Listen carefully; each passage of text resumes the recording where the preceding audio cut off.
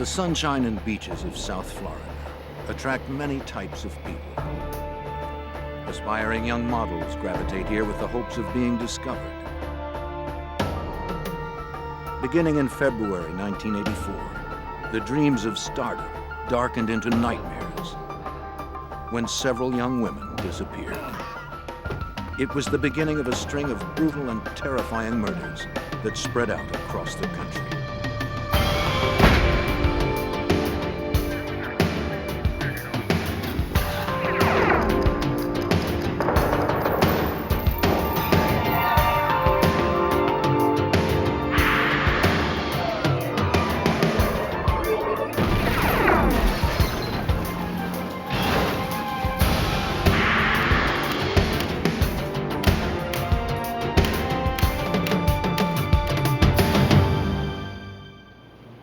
It's a model's job to rivet the public's attention.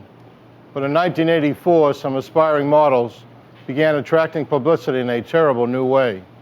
Across the country, dreams of glamour turned nightmarish as young women disappeared, only to be found tortured and killed. I'm Jim Kallstrom, former head of the FBI's New York office.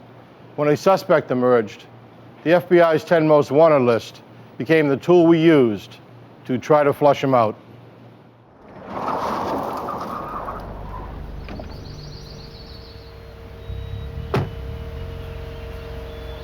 The promising life of Beth Kenyon came to a violent end on March 5th, 1984.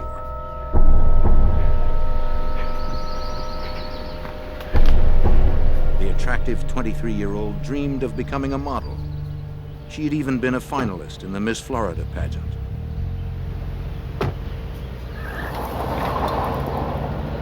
But all her hopes were cut short this Monday afternoon.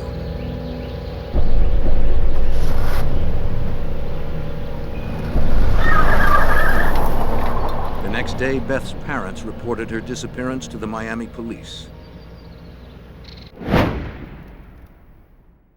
The police merely listed Beth as a missing person and explained many girls her age drop out of sight for various reasons without telling their parents. But the Kenyons knew their daughter wasn't the type to just vanish after a few days on a lark. They hired private detective Ken Whitaker and his son Ken Jr. to investigate. She's been missing. The Kenyons told the Whitakers that Beth worked as a teacher of emotionally disturbed children. She has a regular routine that she comes home. She was responsible and enjoyed a close relationship with her family. Strange there. This is, as you can see, where she had a 6 o'clock appointment. That she Fearing something had happened to Beth, the Kenyons had searched their daughter's apartment in North Dade County for anything that might help them find her. But all they found was an address book and a picture album. Beth, and this is Beth over here, and this is a boyfriend, somebody she went out with. This is just showing me a picture. Armed with little more than a few snapshots of Beth and her friends, the investigators went to work. The father and son team quickly narrowed down Beth Kenyon's last known whereabouts. Ken Whitaker Jr. talked to an attendant at a Miami gas station near the school where Beth taught. Ken showed the attendant several photographs. He clearly remembered Beth, but he also recognized someone else in the photos, a man that accompanied Beth the afternoon she disappeared.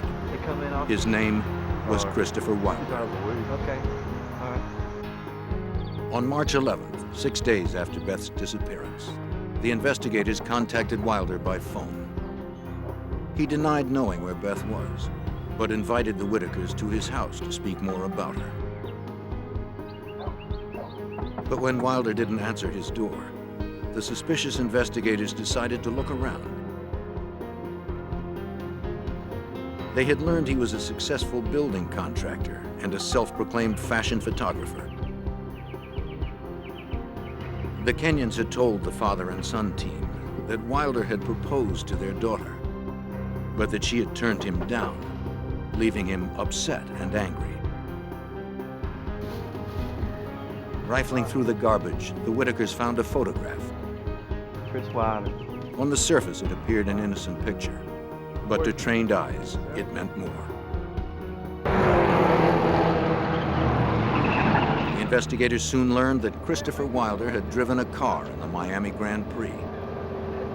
On February 26, 1984, he finished 17th and won $400. That race day was also the last time that anyone saw Rosario Gonzalez. The 20-year-old worked for a marketing firm distributing free aspirin samples at the Grand Prix. The Miami news still buzzed with the mysterious disappearance of Gonzalez. She had vanished just 5 days before Beth Kenyon. The investigators discovered that Wilder knew Gonzalez. She had modeled for him in amateur photo shoots. It was a critical connection. The two missing women, Beth Kenyon and Rosario Gonzalez, were linked through Christopher Wilder. With this information, Mr. and Mrs. Kenyon sought the help of the FBI. Special Agent John Hanlon of the FBI's Violent Crimes Unit in Miami remembers the meeting. On the 12th of March, the Kenyons came to the FBI seeking more active involvement of the FBI. Of course, we didn't have any jurisdiction at the time. There was no evidence of an abduction. In an attempt to put pressure on Wilder, the Kenyons' private investigators leaked their findings to the Miami Herald. The story was published on March 16, 1984. Though the article did not mention Christopher Wilder's name, it clearly accused him. The report described the man connecting Gonzalez and Kenyon as a local contractor, race car driver, amateur photographer, and a native Australian. It was Wilder to a T.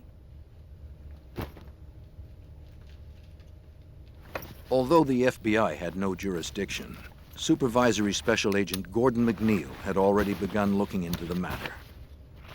This connection drew my interest, and I decided to open a preliminary kidnapping investigation to see if we had a possible violation of federal law. Agents McNeil and Hanlon found Wilder was a likely suspect. He had a criminal history that reached back to his native Australia, where he was out on bail on a sexual assault charge. Days later, on March 21st, the agents were notified about an incident which allowed them to open a full investigation. A phone call came into the Miami FBI office, reporting that a Tallahassee, Florida woman had been abducted and transported across state lines into Georgia, where she escaped. The initial description of her assailant fit Christopher Wilder. Are you okay? Special Agent Hanlon flew to Georgia to hear the victim's story. It was a nightmare. Oh, sorry, no business. 19-year-old Linda Grober told Hanlon she'd been shopping in a mall in Tallahassee, Florida, when a man approached her about a modeling job. Magazine covers. I got any number of them. Can it really sound like Claiming to be a photographer, the stranger invited her back to his car to see his portfolio. It was the middle of the afternoon in a very public place, and Linda said she felt perfectly safe. Never? When he asked her if she'd ever modeled, she said no. He flattered her with remarks about how beautiful she was and promised he could put her on the cover of Vogue. But Linda reported that when they got to his car, the photographer began changing his story. He claimed he'd left his portfolio at his studio, and he asked Linda to go back to the studio with him. When she hesitated, the man attacked and pushed her into the car. He clubbed her on the back of her head. Everything just went black. When she regained consciousness, they were driving on a country road. When her abductors saw her coming around, he stopped the car in a secluded spot.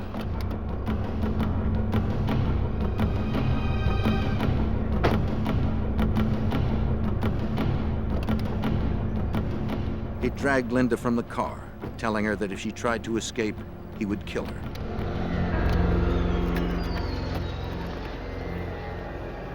He wrapped his fingers around her throat and strangled her until she passed out.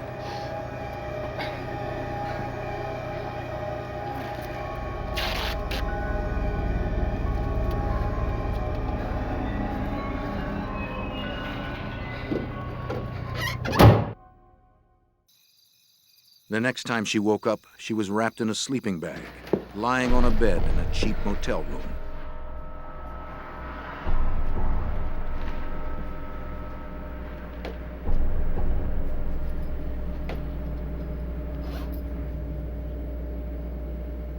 Once again, he threatened to kill her if she tried to escape.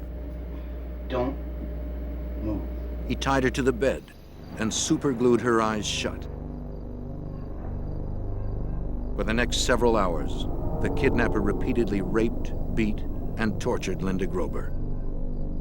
When she disobeyed his commands, he shocked her with an extension cord he had fashioned into an electrocution device.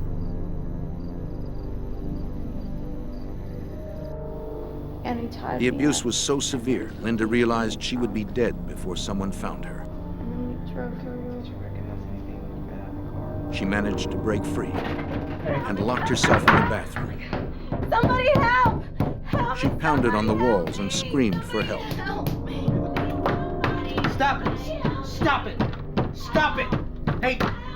Stop now! Stop it! Stop it! I'm telling you! The rapist panicked, grabbed what he could, and ran.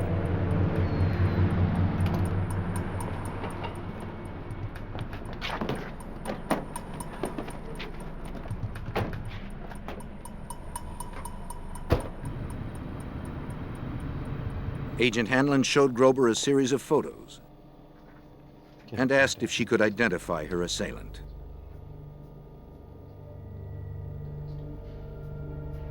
It was absolutely no doubt in my mind. I mean, I'd spent hours with this person that's who he was.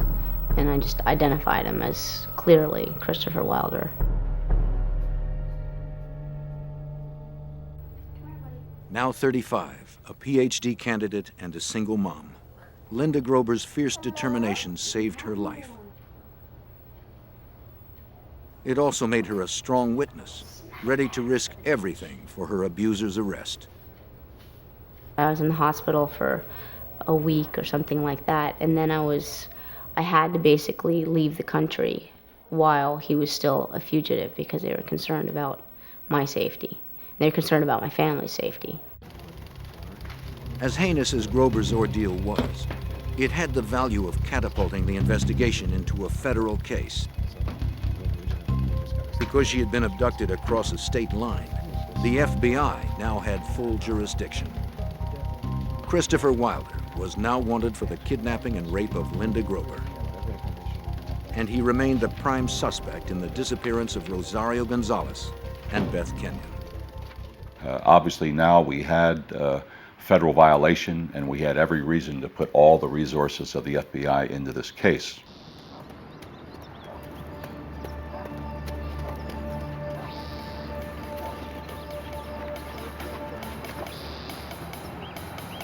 Not knowing exactly where to find Wilder, a team of agents descended upon his house in full force.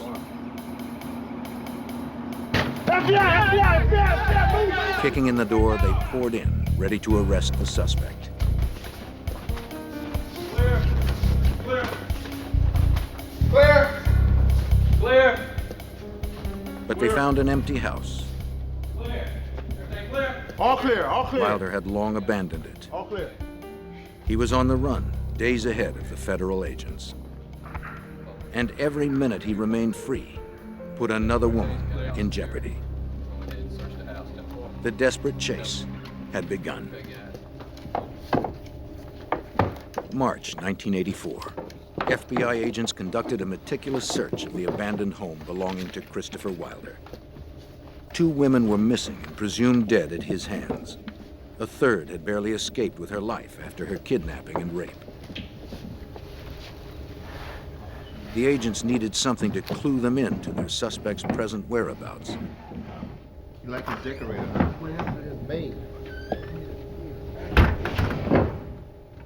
But before he left, Wilder had prepared his home for any investigator. The place had been manicured. There were basically no fingerprints left in Wilder's house. You're always going to find fingerprints inside a residence. It looked like everything had been totally cleaned. FBI and local authorities canvassed Miami and West Palm Beach. But no one reported having seen or heard from Wilder since he left Linda Grober in a Georgia motel. The FBI alerted police to keep an eye out for Wilder's car. They asked banks and credit card companies to monitor any transactions he might make. But informational systems in 1984 moved slowly. The leads trickled in and were usually too late for a quick response.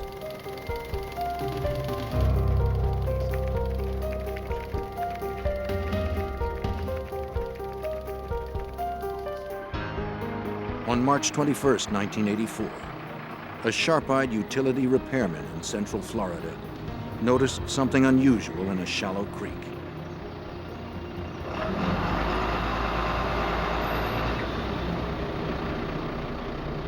It was the barely recognizable body of a young woman. She was later identified as 21-year-old Teresa Ferguson. Witnesses last saw her 3 days earlier, leaving a shopping mall with a man fitting Wilder's description. The autopsy showed she'd been beaten with a tire iron and strangled to death. The victim's profile and the savagery of the crime suggested Wilder. But nothing directly tied him to it. If it was the Australian contractor, the FBI agents knew they had a serial killer on the loose. One that had to be stopped before he murdered again. Agents continued to follow the suspect's trail. An automatic security camera photographed Wilder at a bank in Tampa. The bank records showed that he had emptied his accounts of more than $19,000. It was an ominous break. Their prey now had the money to travel far and wide. By March 22nd, 1984, Wilder was already in Texas.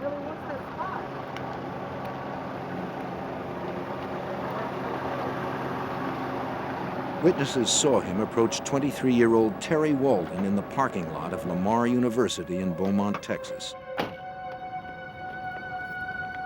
Walden was a wife, mother of 2, and a nursing student. Yes, I'm a photographer. My job is to know. Wilder asked her if she'd like to do some modeling. Make a lot of extra money. You sure you don't want to keep the card and think about it? But Wilder couldn't seduce Walden with his pitch. Okay. She politely declined.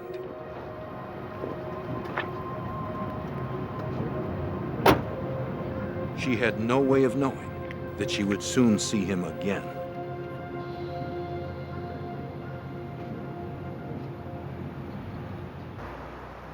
While the FBI began its national hunt, witnesses later told investigators that Wilder had stayed in Beaumont, Texas another day. This time he went back to familiar territory to stalk his next victim. They have, this one's from $7.99 or $9.99. He visited the local mall, shopping for a young woman to deceive with dreams of glamour. You're taking some fashion photography? No, listen. You don't have to blind me. I'm legit. It's okay. But no one succumbed to his bogus promises. No, sorry. That's fine. That's fine. After getting brushed off several times, he spotted a familiar face. It was Terry Walden. Hey, hi. She had come to run I saw you errands after yesterday. dropping her 4-year-old daughter off at daycare. Photographer. Are you interested now? Will you take the card and just consider? Terry again turned Wilder No. down. I'm sure you could. But this time, he wouldn't take no for an answer. As she left the mall, Wilder followed her out to her car. In broad daylight, in the middle of a crowded mall parking lot, Wilder attacked Walden. He knocked her unconscious and pushed her into her Mercury Cougar.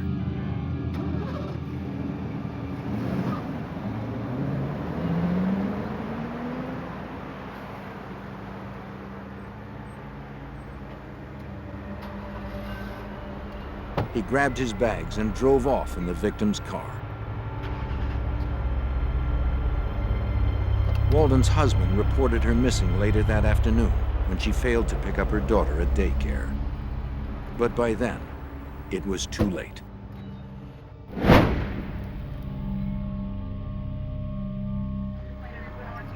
Terry Walden's body was found floating in a canal near Beaumont, Texas, a few days later.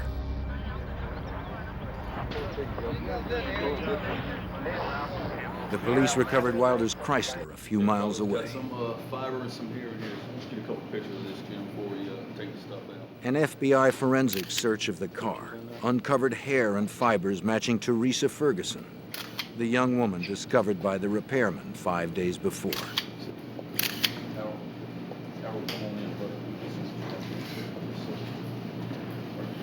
It confirmed what the agents had suspected all along. Teresa Ferguson had been Wilder's fourth known victim. Get on the floor, bro.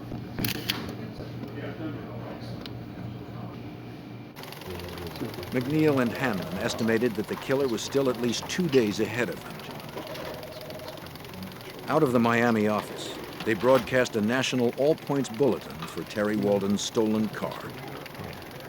Every state police agency along the way, every state trooper who was out on that highway knew the car we were looking for. And unfortunately, it's amazing sometimes you say, okay, well, he's in a purple car. We say, how many purple cars are out there? Well, it's amazing how many purple cars are out there when you're looking for purple cars. And that was the problem. We never knew at the time what license plate he was using on that particular vehicle. FBI teletypes clattered endlessly.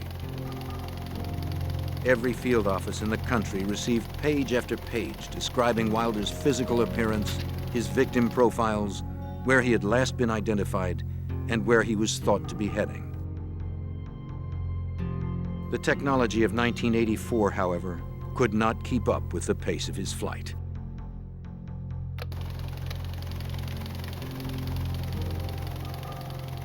There were so many leads on Wilder going back and forth all over the country. Every one of them went to all FBI offices for information, that the FBI teletype system was backed up over 48 hours for about 2 weeks because of the volume of information that was flowing back and forth on Wilder. That left the Bureau with only one certain way to track Wilder. They had to follow the grisly trail of corpses he discarded as he ran. The next victim was 21-year-old Suzanne Logan. She was last seen shopping at a mall near Oklahoma City. A fisherman stumbled upon her body 2 days after she disappeared. The location of her disappearance and the manner in which she died all suggested one thing. She had died at the hands of Christopher Wilder. In this particular case, we had an individual who was kidnapping, raping, torturing, and murdering a woman about every day and a half. So there was intense pressure, as there should be. Slow technology and a fast fugitive hampered the FBI. But on March 28th, they got the break they had hoped for. Wilder checked into a motel in Rifle, Colorado, using a stolen Visa card. The FBI knew he had the card and was using it, but they had not been able to trace it until Rifle. In those days, 1984, they didn't have the instant validation of your credit card when you walk into a hotel. They only called in bills that were going to exceed $100. Every motel that Wilder stayed along his murderous route, the charges were in the vicinity of $50 to $60. Perhaps from sheer boredom, the motel clerk decided to call in the credit card that night instead of waiting to mail it the next day. Instead of approval, the clerk received a phone number to call immediately. An early morning call mobilized the FBI's Denver, Colorado field office. At last, the FBI knew where the fugitive was. In the early hours of the morning of March 29th, 4 agents approached Wilder's motel room, confident that they had finally cornered the killer. Okay. FBI! Search warrant! Go! FBI! He wasn't there. As swiftly as the FBI had responded, Wilder had eluded them. For some unknown reason, the fugitive had departed before sunrise. He's not in the hotel. It had been the best lead the agency had, and it failed. Once again, the exasperated task force had no idea of where the predator was. Yet they feared it was one of the dozens of shopping malls within a day's drive of Rifle, Colorado. March 29th, 1984. In just 3 weeks, the Australian contractor Christopher Wilder had abducted 4 women and murdered 3 of them.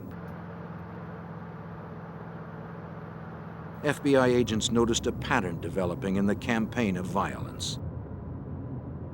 The killer kept his direction westward, and he had narrowed his hunting grounds to shopping malls.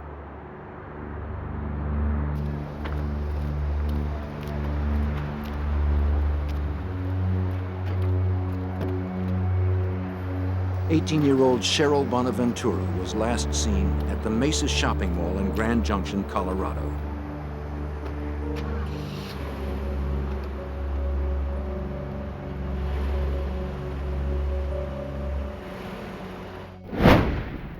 The FBI would later connect Wilder to her death.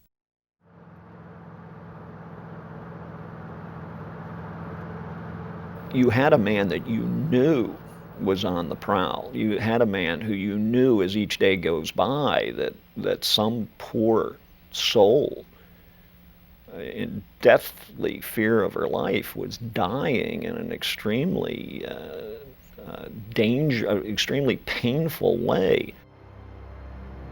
To get the word out, the FBI cast a wide net. Across the country, agents notified security officers and mall managers about the danger, telling them to be on the lookout for the Australian. Investigators supplied malls with photos and flyers that were posted to alert shoppers. Despite the FBI warnings, a teen magazine held a cover girl competition at the Meadows Mall in Las Vegas.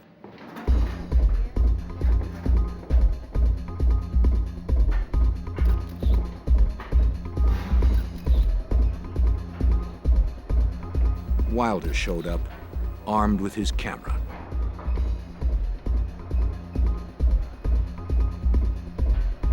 He chatted with several of the teens during the event, but eventually zeroed in on Michelle Korfman. The 17-year-old had driven up the 25 miles from her family's Boulder City, Nevada home. Nervous about participating in her first model search, she had asked her friends and family to let her go alone. After a few minutes' conversation with Wilder, Korfman changed her clothes and left the mall with him. Yeah, sure, I do. That's great. It was April 1st. As soon as Vegas authorities alerted the FBI that a local girl had disappeared at a mall, agents responded. They asked for all pictures that anyone had taken of the fashion show. One photographer immediately delivered 5 rolls of film. And when they printed those photographs, there was the Korfman girl on stage in a modeling type pose, and who's directly beyond her, about 20 feet away, looking at her with what I call the look of a homicidal maniac, none other than Christopher Wilder.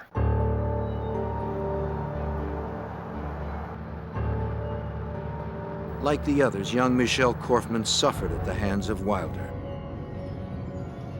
He bound and gagged her with duct tape. Then he beat, raped, and tortured her. and you will see incisions in the body.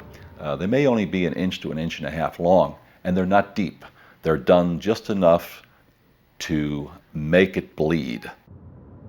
They were only meant to torture, not to kill, until he finally actually killed the victims. He was a brutal sexual sadist. Prowling shopping centers and other areas. On April 5th, 4 days after the Michelle Korfman disappearance, the FBI held a press conference. They announced the placement of Christopher Wilder on its famed 10 Most Wanted Fugitives list. 10 most wanted. For 50 years, the list has helped generate the publicity needed to catch violent fugitives. Hey, Val. Special Agent Tron Brecky serves as national spokesman for the FBI. Thank you. The criteria for the top 10 was met with Wilder. He was a menace to society. He was extremely dangerous, a violent individual on whom charges were outstanding, and he had fled the area where we thought that he might be. Therefore, it was very important for us to get the message out to the American public and to the media that he could be anywhere in the United States.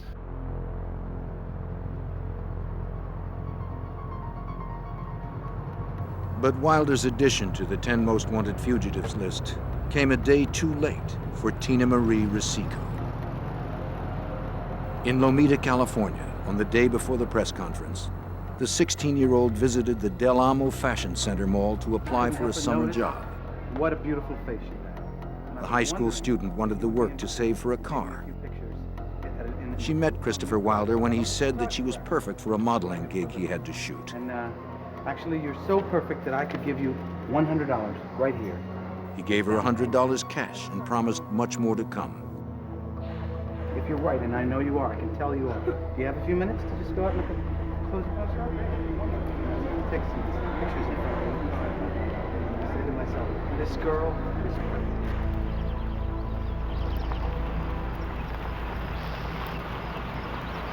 Wilder drove Tina Marie to a nearby park.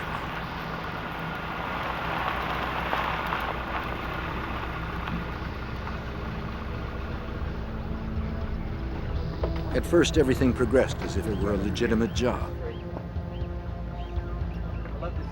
He said the scenic location had perfect light for the camera. This canopy right here, I think, is really lovely. Right? As the shoot began, an eager Tina Marie worked to please her photographer. Yeah, just look sort of. When Wilder told her to Let me smile, change lanes she did. real quick. When he Try told her looking to up that tilt her way. head, she did. And then it all turned wrong. Now, in the car. All right? He pointed a .357 Magnum at her face and told her to get in the car. Quickly, quickly. The terrified teen had no choice but to obey.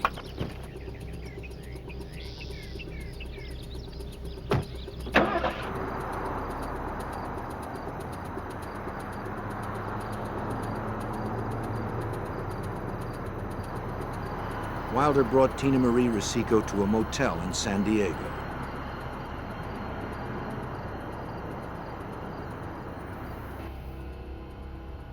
There, like all the others, he beat his teenage victim, tied her to the bed, and raped her repeatedly. Wilder cut her with his knife and electrocuted her using wires he would tie to different parts of her body.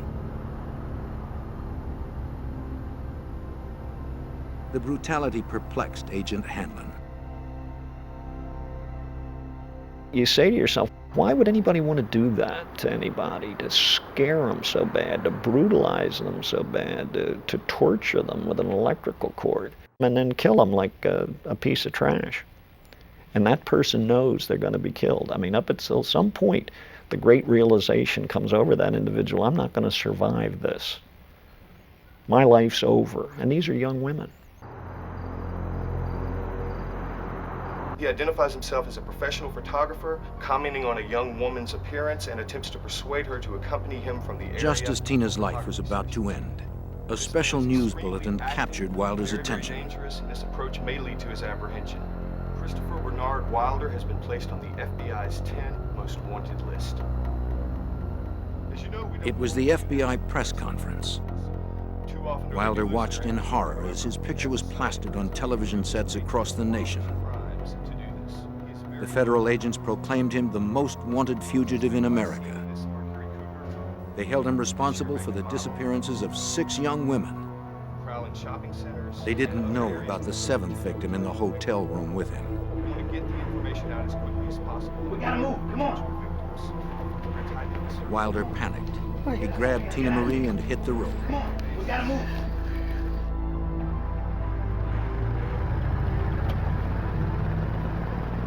But now that he was top on the 10 most wanted fugitives list, Wilder landed on the front page of every newspaper and on the top of every newscast in the country.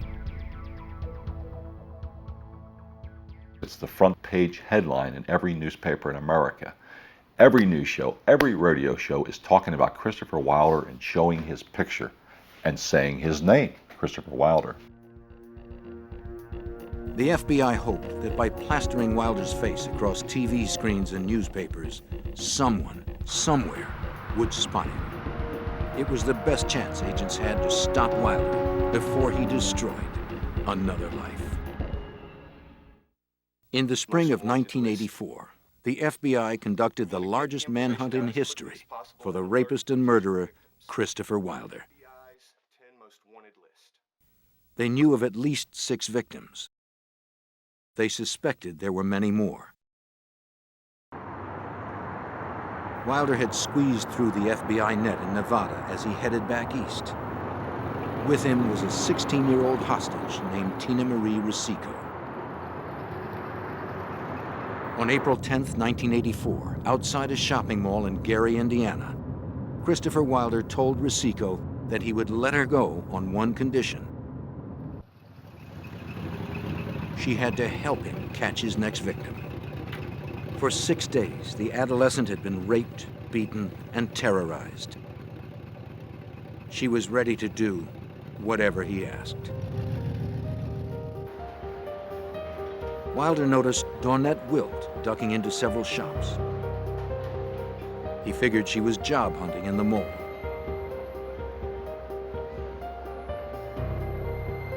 Rosico told Dawnette that Wilder was a store manager and wanted her to fill out a job application at his car.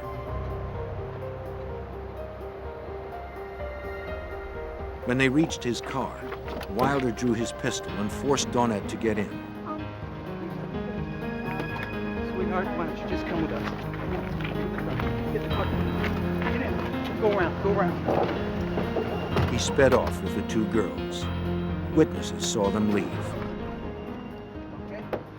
A young woman, very attractive, as were all of Wilder's victims, had been taken from was seen leaving with an individual who they believed to be Christopher Wilder from a mall in the Indianapolis area. And so when that information came to us, we felt that, okay, now we know he's headed back east. The Bureau directed every agent east of the Mississippi to work on the case. Despite his promise, Wilder refused to release Tina Marie. Instead, he forced Rosico to watch while he tortured and raped Dawnette in front of her. The nightmare continued for 2 days. On the morning of April 12, 1984, Tina Marie heard a familiar voice on the morning news. Any kind of energy, and just put Tina come home alive safely. You know, we're all rooting for you. The word that we've got on national television, Tina Marie's mother begged the kidnapper not to hurt her daughter. Is your daughter, and that there is every indication that your daughter is still alive. And Wilder flew into another panic. He packed up his hostages and left. Get her dressed and you get dressed. Now. Wilder complained that it was only a matter of time before the FBI caught up with him. He stopped the car in a wooded area near Penn Yan, New York.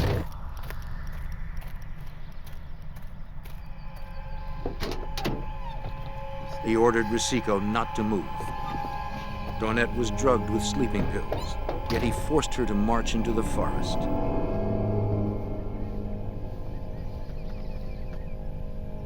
Left alone, Tina Marie pondered the opportunity to escape.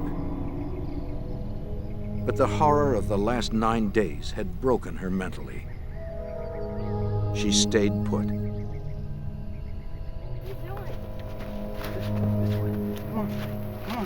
Walking through the woods, Dawnette Wilt slowly woke up to the realization that Wilder was going to kill her. She didn't want to die by stabbing. She begged him to shoot her instead. Ignoring her pleas, Wilder stabbed her through the chest twice and left her for dead.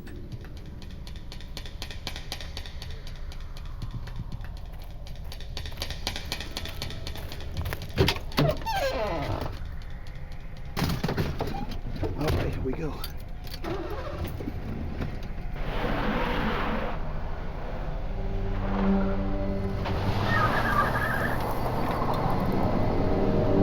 As he began to drive away, the fear that Dawnette Wilt might still be alive seized him.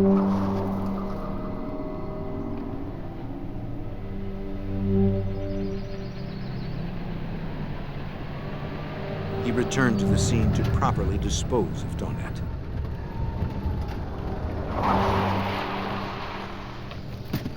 You stay here. You stay here, you hear?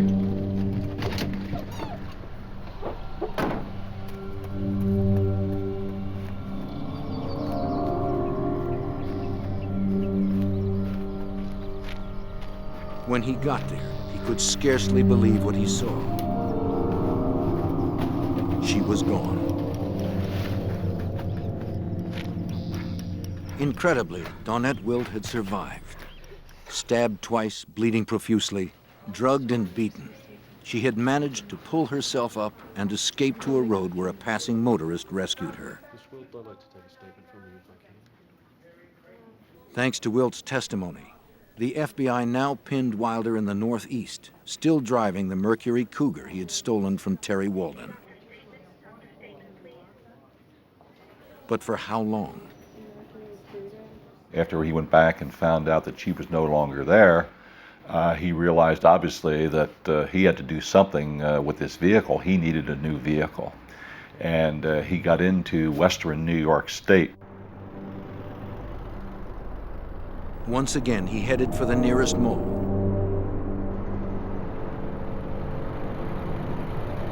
This time in Victor, New York, where he spotted a gold Pontiac Firebird. He told Rosico she would take the wheel of the Cougar and follow him wherever he went.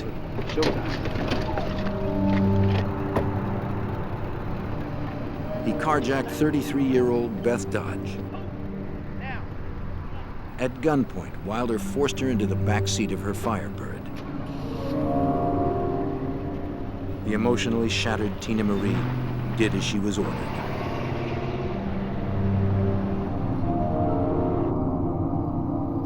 Wilder drove for a half an hour to a secluded area.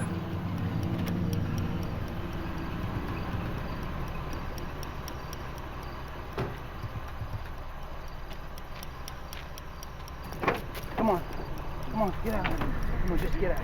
Just get out. Just get out. Listen, I want you to get the white suitcase, and I want you to get the camera, and I want you to put it in this car and wait for me, you understand?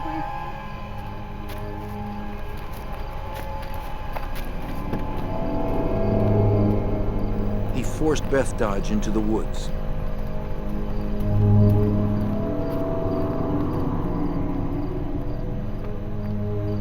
Moments later, Tina Marie heard 2 shots echo out from the trees.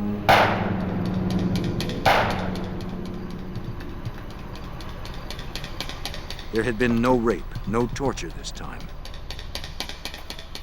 Wilder had simply killed Dodge for her car. But he had a different fate in mind for Tina Marie.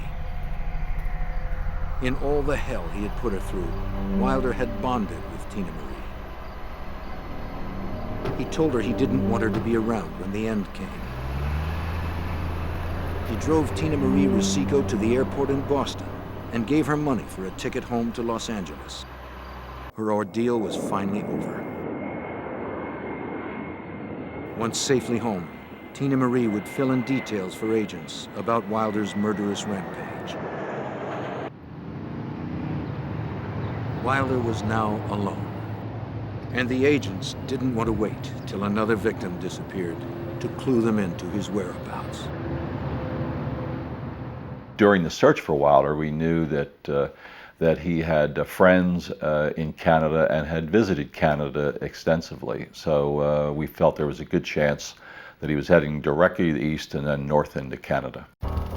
Wilder raced toward the border in Beth Dodge's Firebird. For 3 weeks, he had beaten the FBI's best efforts. Even the 10 most wanted fugitives list had failed to produce his capture.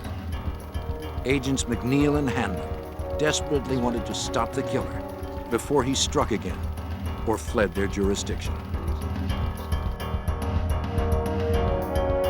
By April 1984, Christopher Wilder had left 7 women dead across America.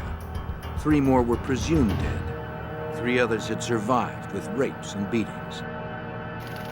The FBI believed that he was in New England, heading north. Federal agents concentrated their resources in the northeastern states before he could escape across the Canadian border. I mean, the FBI had agents out circularizing in the wanted poster out and that kind of thing, but the best thing you have going for you are the hundreds of police officers up in that area who are many more eyes and ears than FBI agents available in New England. On Friday, April 13th, 1984, Wilder stopped for gas in the tiny town of Colebrook, New Hampshire, about a dozen miles from the Canadian border. While he filled the tank, he casually asked an attendant about the paperwork that might be needed to cross the border. 2 state troopers, Wayne Fortier and Leo Jellison, spotted Beth Dodge's car.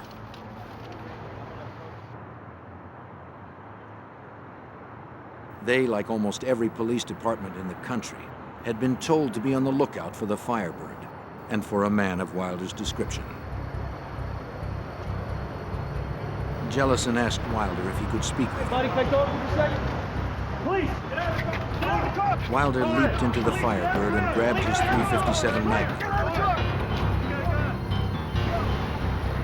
In the struggle, the weapon went off.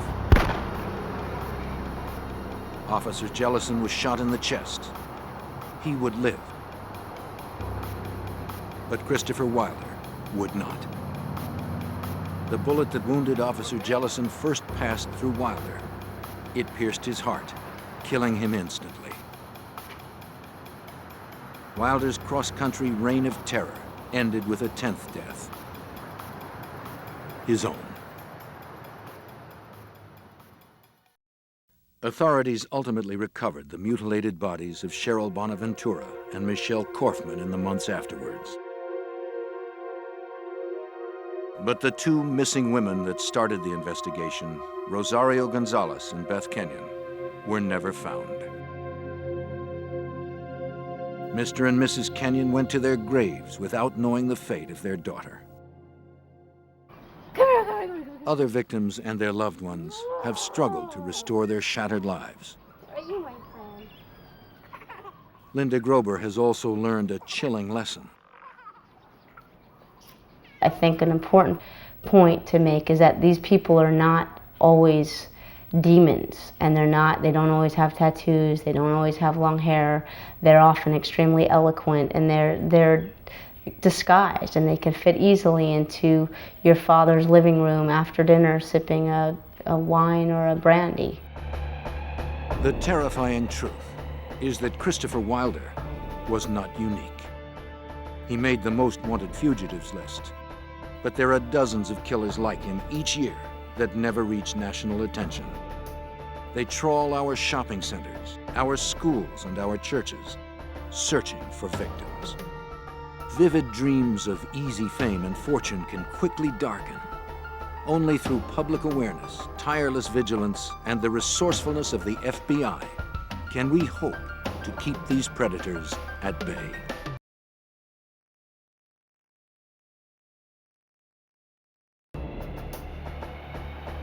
The dense and rugged Alaskan wilderness provided the perfect cover for a fierce and sadistic killer. He preyed on women, kidnapping them, raping them, torturing them. He hunted them like animals for his own twisted pleasure.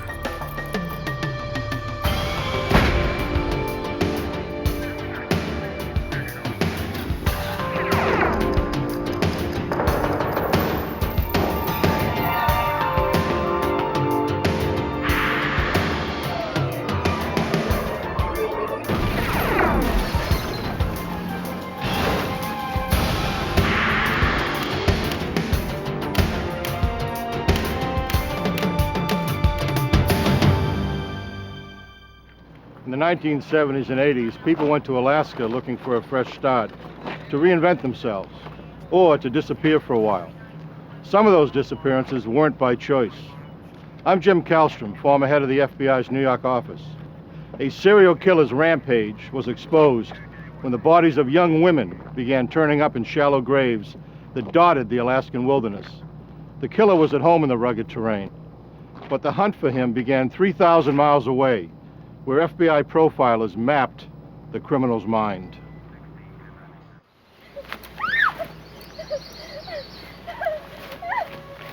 She was a hopeful young model looking for her break.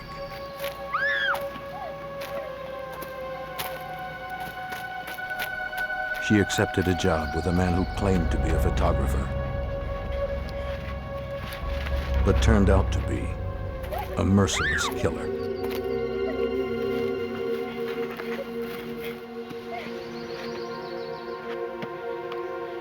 She wasn't his first victim, or his last.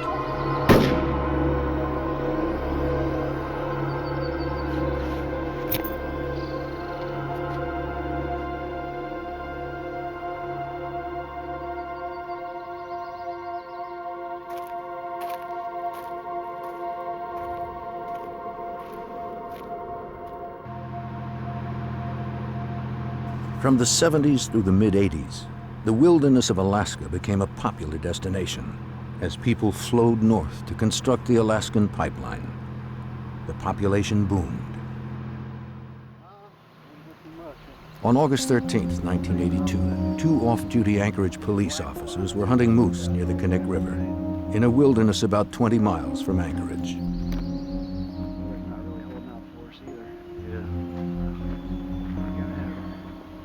As they made their way through the dense forest, they happened upon partially buried human remains. They left it undisturbed.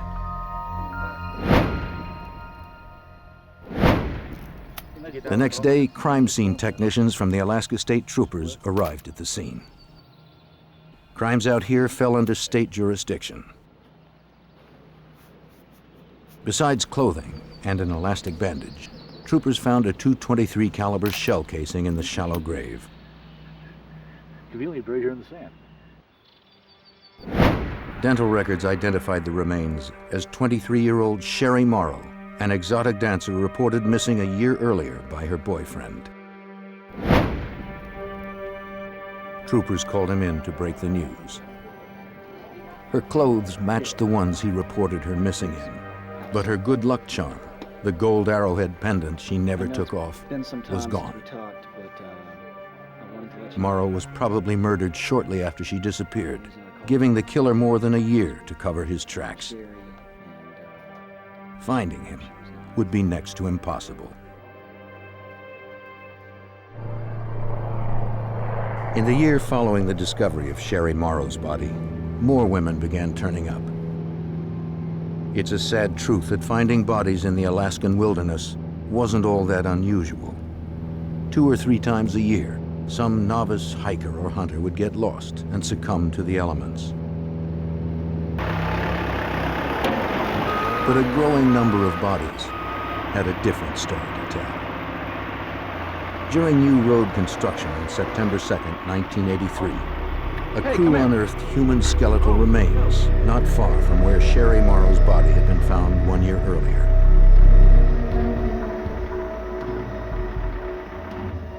The bones had obviously been here for some time.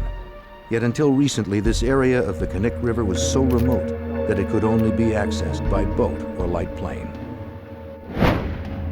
The remains were identified as 17-year-old Paula Goulding, an out-of-work secretary who had moved to Alaska from Hawaii. She had been missing for 5 months. Like Sherry Morrow, she had taken a job as an exotic dancer to make ends meet. And like Sherry Morrow, a .223 caliber cartridge was found at the site.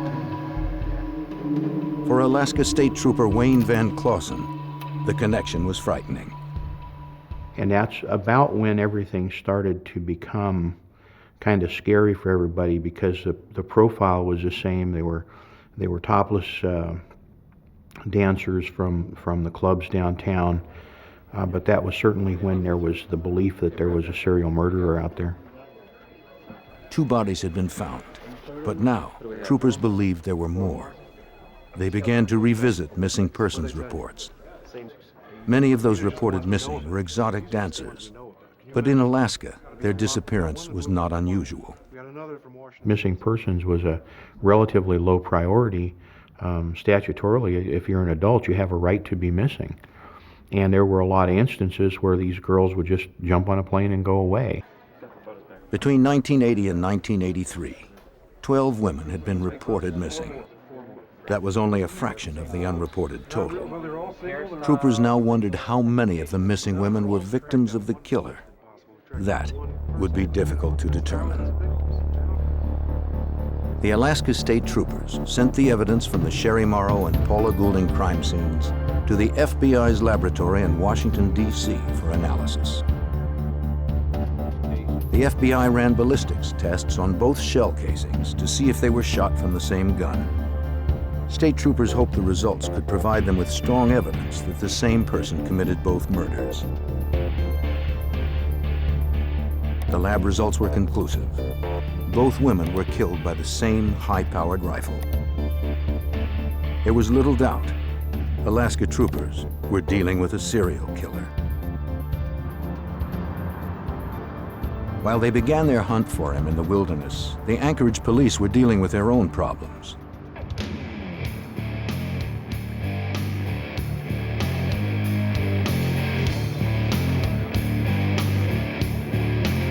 Every city has its dark side, and Anchorage is no different.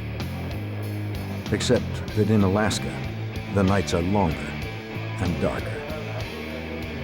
In the 70s and 80s, Anchorage was a frontier town. Men came here to work hard, and women followed to ease their loneliness. Some women were lured to the strip clubs, hoping to earn a quick buck.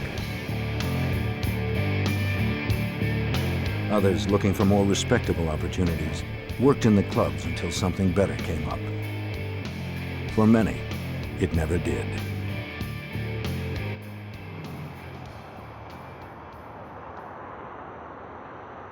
And in the city's streets roamed a stalker.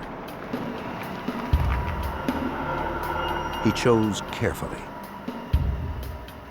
His victims were hardly missed. For in a city made up largely of strangers, it's difficult to be a missing person.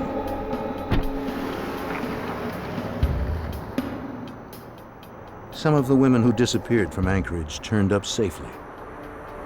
Some didn't turn up at all. But disappearances weren't the only crimes being reported. On the early morning of June 13th, 1983, Cindy Pollson, age 17, ran down an Anchorage highway. She was partially dressed and in handcuffs. She managed to flag down a passing truck. She was running for her life.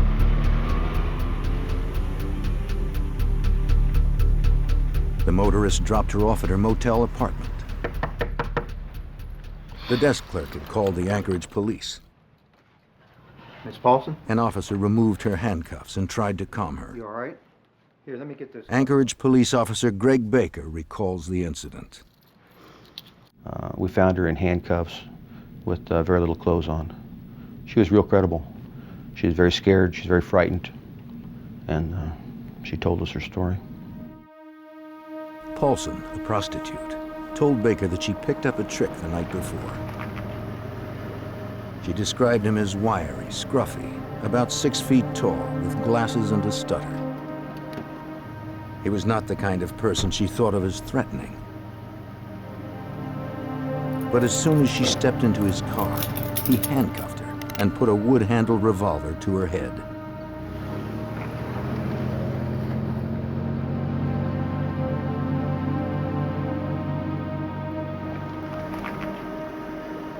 They drove to a respectable residential neighborhood. He pulled her into his house.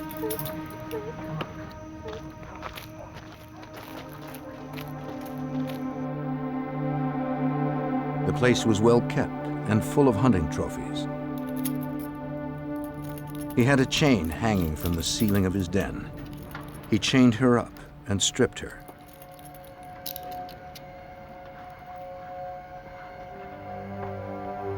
And there she was tortured and raped repeatedly for hours.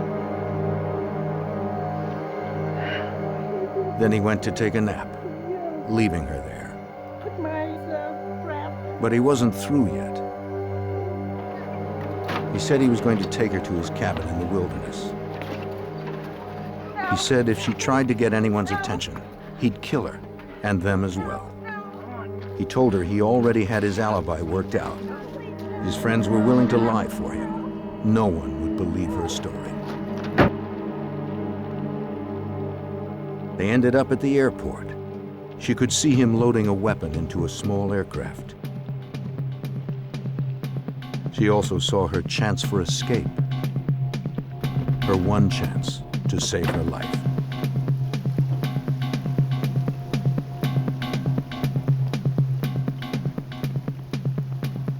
The story sounded outrageous, but her genuine terror compelled Officer Baker to check it out. I had a very street-smart female, scared to death, with a story about being taken at gunpoint and held prisoner at a specific location that she described where it was, so she knew where it was. She described the interior of the location. She described the den, up to and including various animals were mounted on the wall. En route to the hospital for an examination, Pollson insisted on stopping at the airport to show police the airplane she had seen earlier. She positively identified it. While we were in there, we had a security guard stop us and describe the car the same way that Cindy described the car, and in fact gave us a license number. That license number confirmed the address, or the area at least, that Cindy had given us regarding where the house was. Police went to the address to speak to the owner of the car.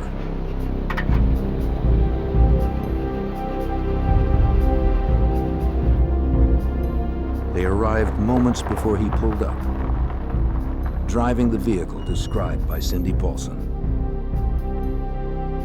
So far, everything Pollson said had checked out. But the suspect had his own story to tell.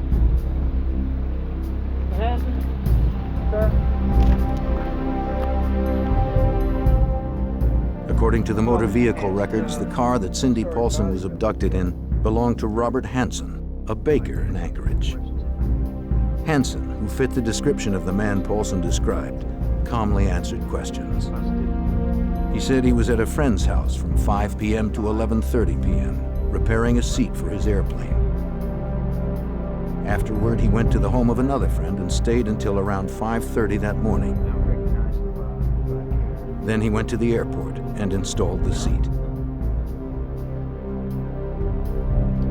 Hansen gave police his consent to search his house.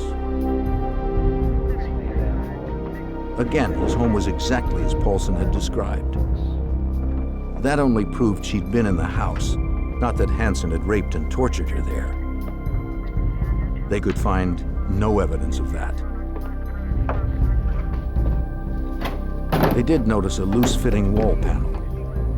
Behind it, they found a collection of weapons, but that wasn't surprising. Hansen was an avid hunter. They did find a revolver, but it didn't match the one that Pollson described. The gun, the chain, and the blanket she was wrapped in were nowhere to be found.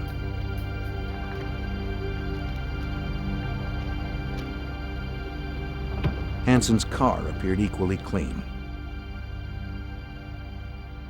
Anchorage police found nothing in his car that fit Pollson's story. Those alibis were corroborated and verified, and Mr. Hansen was released after a consent search of his house. Pollson, still shaken from her ordeal, was able to pick Hansen's picture out of a photo lineup. But when given the chance to take a lie detector test, she refused. Her occupation gave her an inherent distrust of the police, and gave police an inherent distrust of her. She felt she'd never be taken seriously. Soon after, she left town for a while to try to put the nightmare behind her. Anchorage authorities were willing to let it drop too. I found out because the alibis were corroborated and because they had a problem with Cindy Pollson appearing and disappearing, and of course her lifestyle left a lot to be desired, that the case had been suspended at the Anchorage Police Department. Police had gathered no solid evidence linking her story to Robert Hansen. But for Officer Greg Baker, it wasn't over. He was one officer who believed Pollson's story and wouldn't let it go. The predator roaming the streets of Anchorage was still out there, free to claim more victims. Robert Hansen, the most likely suspect in the abduction and rape of Cindy Pollson, had been released for a lack of solid evidence. Officer Baker was still curious. Lately, the Anchorage police had been grappling with what seemed like more than their share of missing persons reports, involving prostitutes like Pollson, or exotic dancers, or women out by themselves.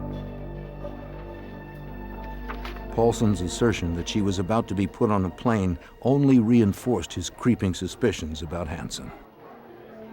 He had taken her to the airport where he was going to fly her out with the story that if she maintained her helpfulness, that he'd bring her back and let her go. Well, Cindy was bright enough to know that she was on a one-way trip, and so was I. And so I kind of just put two and two together and figured that he was a very good suspect for the missing dancers. Baker's supervisor had suspended the investigation into Robert Hansen, but Baker couldn't let it go. Cindy Pollson's nightmarish story had too much detail to not have some basis in truth. But no one except Baker would listen to her. He continued his investigation. On the surface, Baker found nothing in Hansen's record to arouse suspicion. He had moved to Anchorage from Iowa 16 years earlier and opened a bakery. It was a huge success. He had a wife and children, and except for his stutter, he fit in completely. When he wasn't in the kitchen, Hansen enjoyed flying his small airplane, a Super Cub Piper.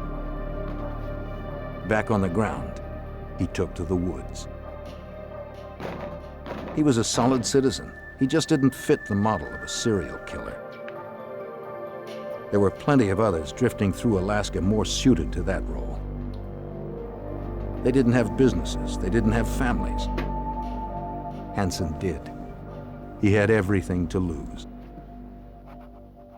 Frank Rothschild was a prosecutor involved in the Pollson case. Bob the baker. The troopers and the police used to go to his donut shop all the time. It was a very popular place to go. He had a bakery. People knew him. He was friendly.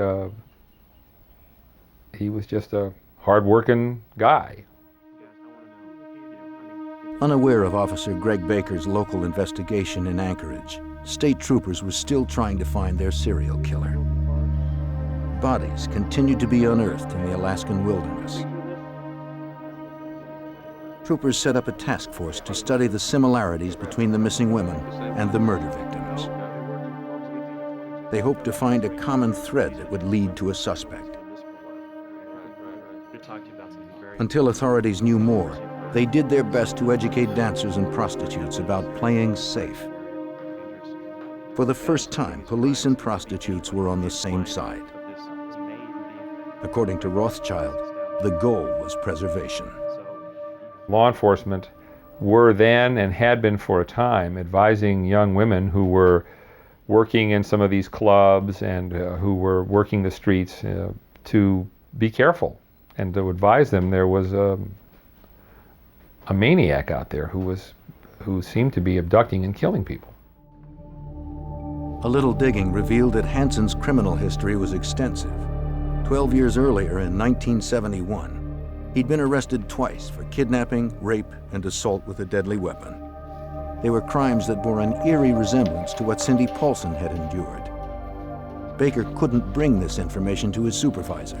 The Pollson case had been officially suspended, and Baker was bucking authority. That left him no alternative. And at that time, I gathered up all the reports and background that I could find on Mr. Hansen and carried it over to the troopers. When the troopers received the file from Officer Baker, they were optimistic. Pollson's testimony, along with Hansen's police record from Anchorage, made him a prime suspect in the state case. The troopers' investigation dovetailed with Baker's. They were both dealing with the same maniac. Robert Hansen was their best suspect. I think everybody was looking at him real seriously because he made a good suspect when you looked into him. He had a pretty extensive criminal background, including some sexual assaults. The only problem was the proof. Though Hansen was a violent sex offender, his record indicated nothing about being capable of homicide, nor was there any direct link from him to Sherry Morrow, Paula Goulding, and the other missing women. At this point, troopers didn't even have enough for a search warrant. They knew only that 3 women were dead and 12 were missing. Out there lurked a serial killer. Troopers needed to catch him before he killed again. They needed help. We knew we had a mass murder on our hands. That was not something Alaska had any experience with. Somebody obviously knew that the FBI not only had experience with it, but had set out this unit that was designed specifically to try to assist in discovering who these people were.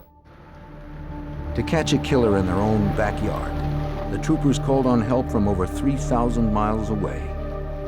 Only the FBI had the resources needed to get inside a killer's head. When the Alaska State Troopers determined they had a serial killer on their hands, they realized they didn't have the expertise to stop him. But they knew who did. Quantico, Virginia is home to the FBI's Investigative Support Unit. Here, agents attempt to predict behavioral patterns by analyzing a criminal's actions. Retired FBI agent John Douglas helped pioneer behavioral profiling and still works as a consultant.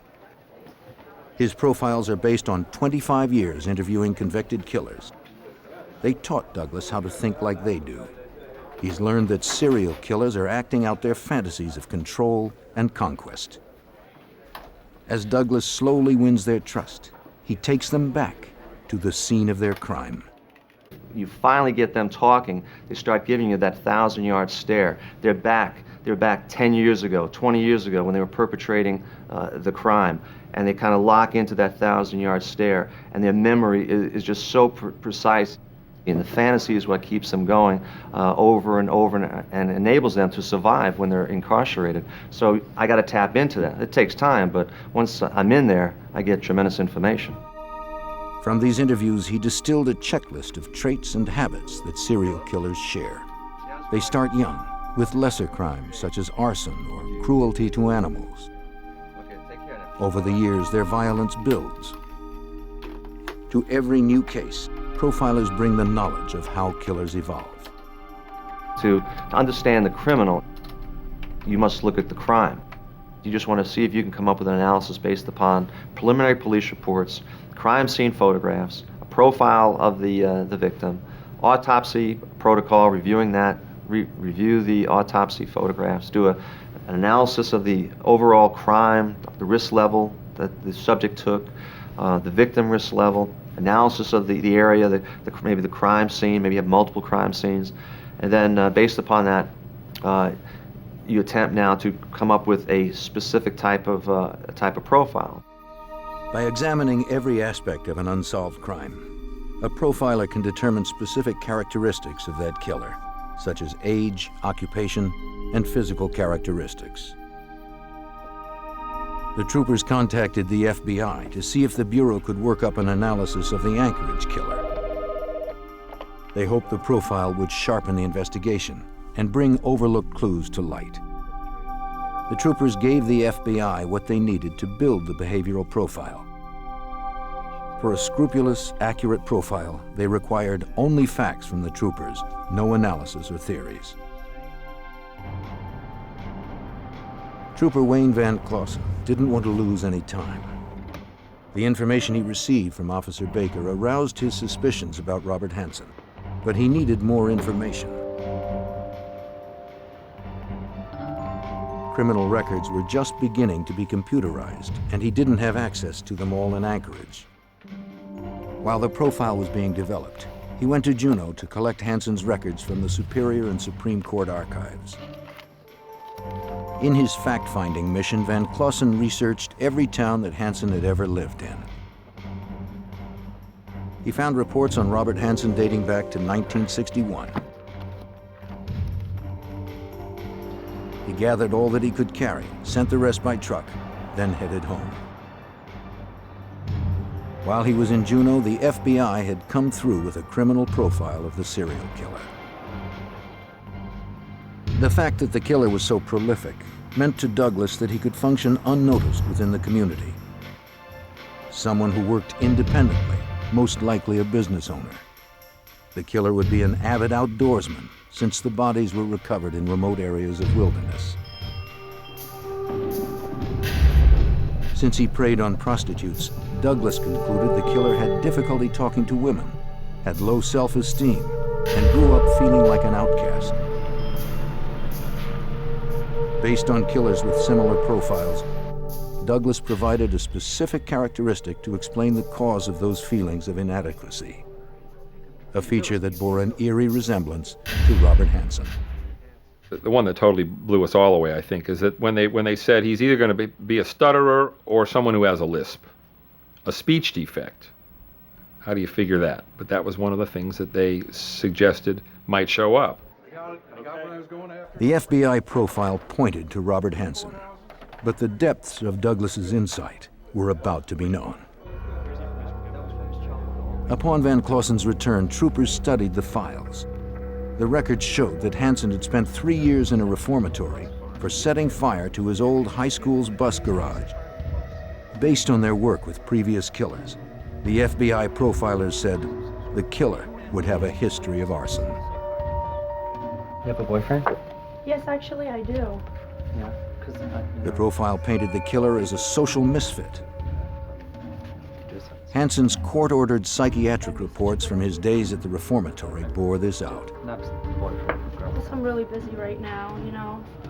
I don't mean anything like, I mean, you know. His stutter was a social barrier that undermined his self-confidence.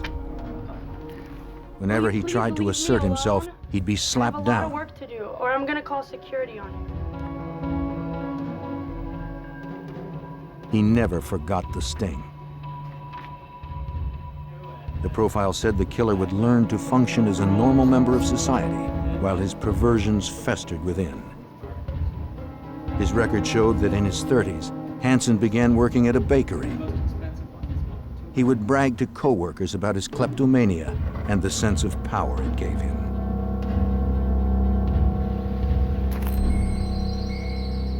He also bragged about his love of hunting.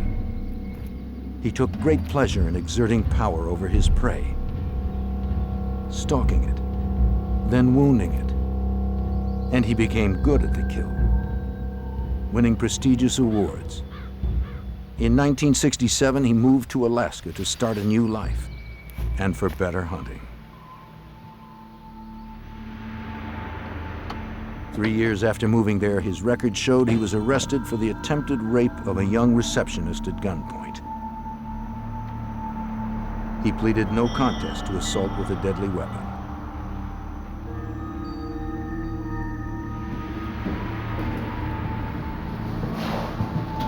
A little more than a month later, he was indicted for the attempted assault of an 18-year-old woman he'd followed home. As soon as the man got to Alaska, he was involved in theft cases, he was involved in abductions, he had psychiatric evaluations showing him to be really unstable and having all kinds of weird sexual fantasies and the rest. True to the profile, Hansen seemed a respectable citizen, so the courts were lenient. In one case, he claimed to have memory lapses and was given psychiatric treatment and 5 years in a work release program. He abducted one of his early victims outside a coffee shop, took her to a cabin in the wilderness, and raped her at gunpoint. She was 17 at the time.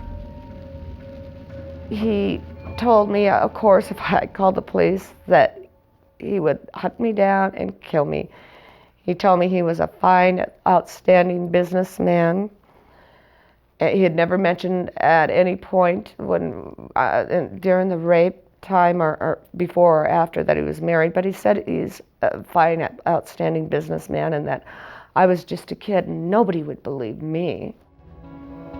And he was right.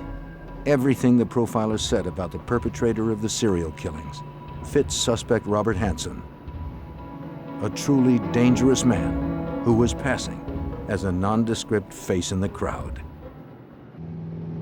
While troopers zeroed in on Hansen, they spread out to search for more victims in the Knik River area, where 3 bodies had been found. They believed that the dancers who were still missing may have been buried close to the other grave sites. But troopers came up empty. The area was too large and remote to cover completely. Despite the compelling FBI profile and the past police records, troopers lacked anything tangible to link Hansen to the killings.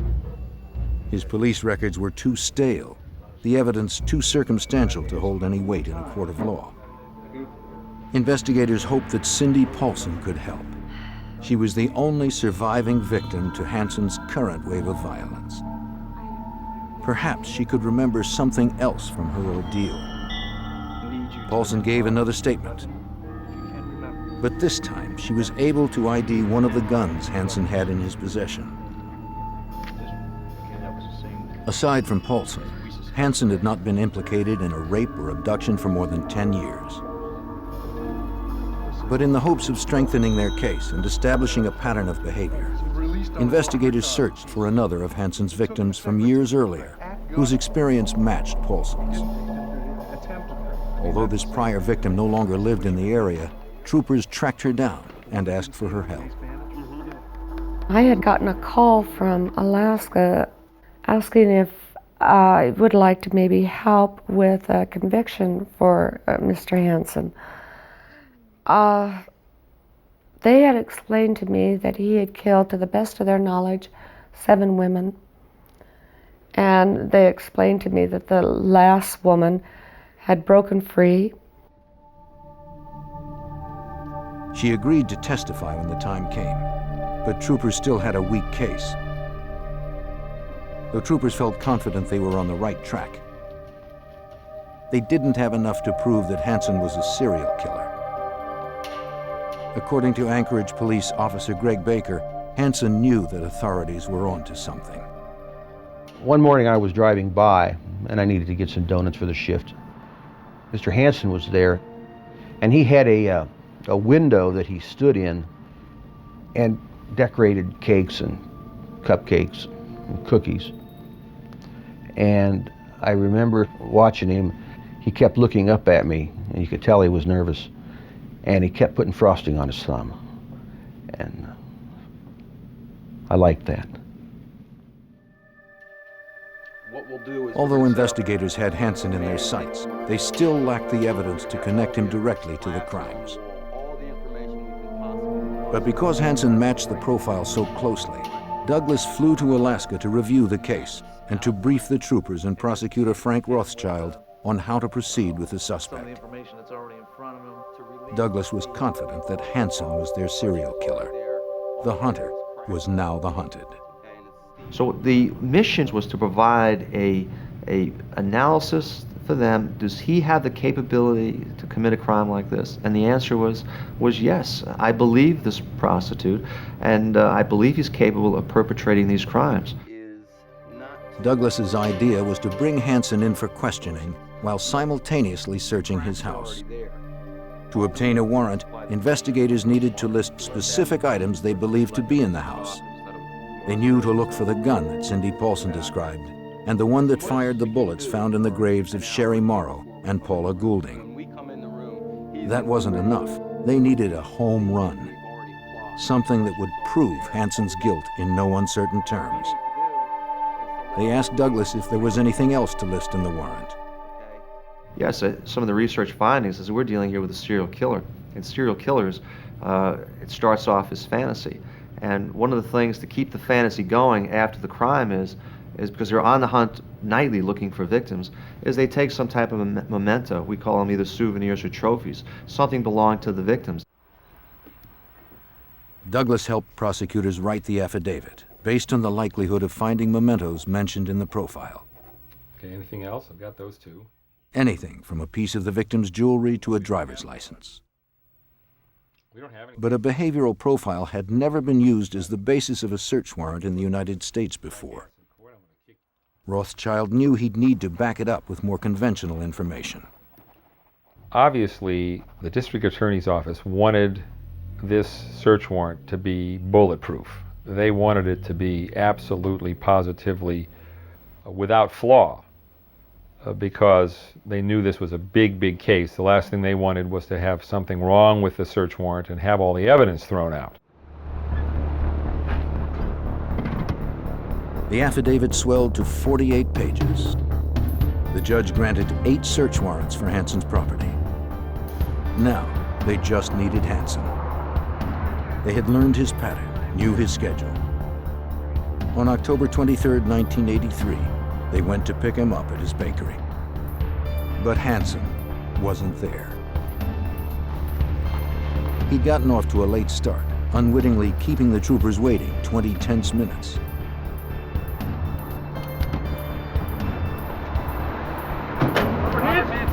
Robert Hansen. Alaskan State Sir, will you step away from your car? When asked to come in for questioning, he didn't resist. The interrogation room was ready for him. The goal was to keep him off balance, hoping to elicit a confession and avoid a lengthy legal case. Douglas helped the troopers design the interrogation room for the biggest psychological impact. Crime scene photos and related materials were strewn everywhere for Hansen to contemplate before his interview. At the appointed moment, the troopers arrived, Hello, Mr. and the Hansen. mind game began. Mr. Hansen? The FBI coached Rothschild on how to play it. Ask him questions in a way that would prompt more discussion. So that's game plan number one. Then obviously, we've got all of these cases that have been investigated. And to get him to talk specifically about those. He's trying to search us out. What do we know? So I could see his game plan was to kind of find out what we knew and play off of that. And my game plan, of course, is to find out what he knew. While Rothschild tried to get Hansen to open up and confess, troopers served the search warrants. Hansen's wife was home. The troopers were extra cautious, videotaping the entire procedure. What they were looking for could be anywhere, even in plain sight.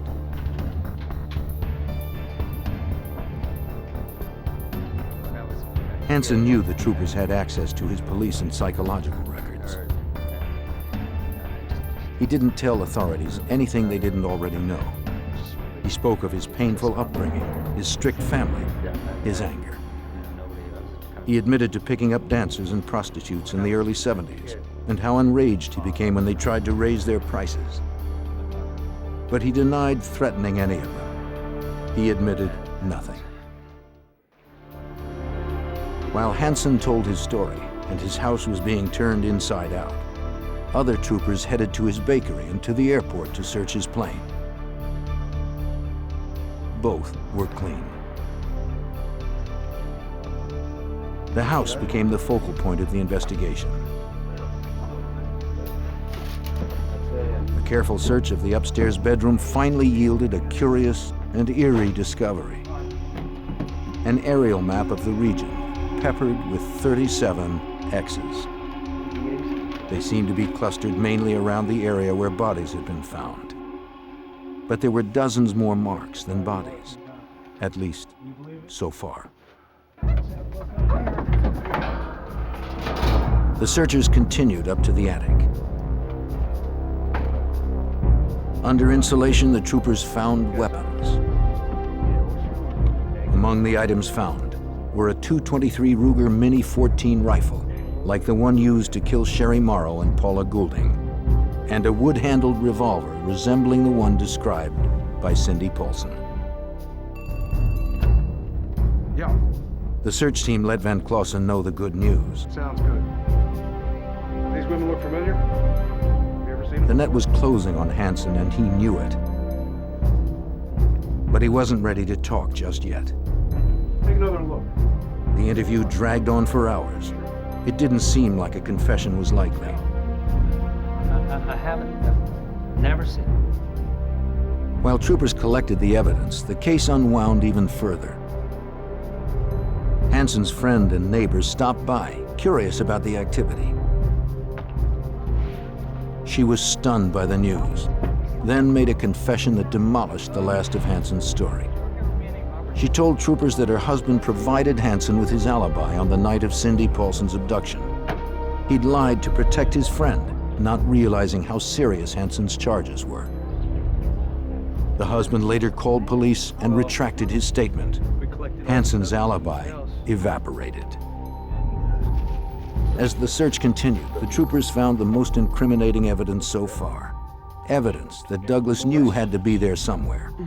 They found Sherry Morrow's necklace and other personal property belonging to the dead or missing women. They had found Hansen's stash of trophies. Yeah, this is Baker here. Investigators called the station. Though they had Hansen where they wanted him, still he wouldn't confess. But they had enough to lock him up on the Cindy Pollson case. Bail was set at $500,000. Investigators now had time to build their case against Hansen as a serial killer. They called the prior victim to see if she was still on board. And at that time, they thought he had killed 11 women. And was I still interested in being a witness? They really felt that they may need me because he hadn't confessed. All right, what you got? 3 points on the map found in his bedroom matched the locations of bodies recovered by the troopers. Another X marked the location of a body recovered by Seward police years earlier. The remaining X's presumably marked the graves of more victims, dozens of them. Looking at the map obviously was pretty chilling because we believed the map. The map was a body count as far as we were concerned. The man had kept track. He didn't have newspaper clippings. He had the map. When the troopers believed they had enough to convict Hansen on at least 4 murders, they confronted him and his lawyer with the evidence. Hansen couldn't refute it. He had no place left to hide.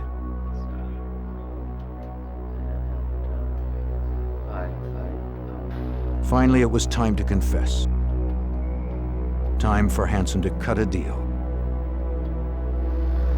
Hansen said he would confess to the murders that could be proven, as long as the trial was given no publicity and that his family be left alone. He demanded that he be imprisoned outside of Alaska when the trial was over. In exchange for only 4 convictions, he agreed to show the troopers where more bodies were buried. Investigators called the prior victim to tell her the good news. The third time they called back and said that he had confessed and they wouldn't need me. So I hung up the phone when we were done talking, got my son off to school, got my husband out the door, and proceeded to fall apart. I started crying. I couldn't stop. I had no control over it. It controlled me. I could see each and every one of those women, how they died, probably hunted down like dogs, wounded and then hunted more.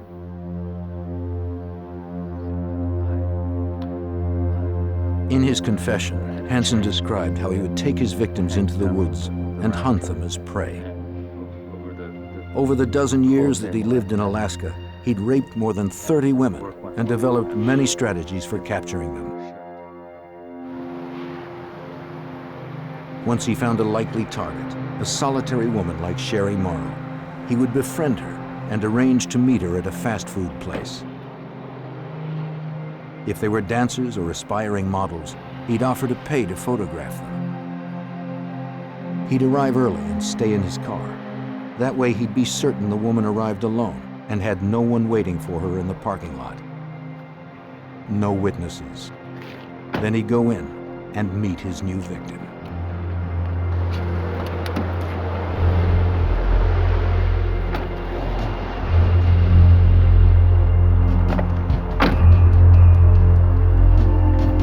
One half of the handcuff was already fastened to the seat. Hansen boasted that snapping the other half onto his victim's wrist while reaching for his gun became like a reflex. Then he would take them home or to a remote motel to rape and torture them. Afterwards, he'd blindfold them and drive or fly them to the outskirts of town until he arrived at a secluded spot, his hunting ground. His habit was to toy with his prey before he made the kill.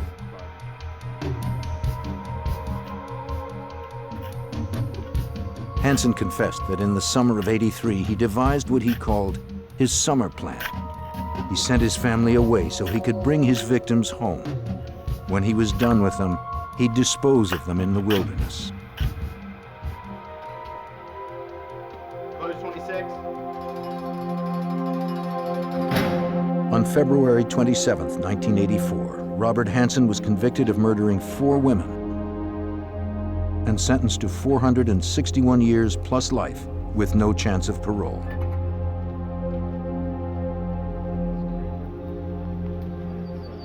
After his sentencing, Hansen accompanied troopers into the field to find more of his victims, represented by X's on his map. A total of 8 victims were found. Some places on the map went unexplored. Bears scavenged others, scattering the remains. Investigators will never know how many of the 37 X's represented one of Hansen's victims. According to John Douglas, the map might have depicted only a small part of his hunting grounds. Killers like Hansen will come into contact with a lot of women, but fantasy is everything, and they may not like the way the person talks or the person dresses, the style, and so they'll make a decision. Well, this one will live. This one over here will die. I believe he was good for a lot more cases, and I still believe there was a chance that one of the reasons that caused him to go up to Alaska, he was running away from homicides back in the lower 48. In the United States, an estimated 35 to 50 serial killers are active at any given time. Profiling has made them easier to spot and apprehend. Each time one is captured, investigators learn more about their twisted motivations, making it easier to catch the next one.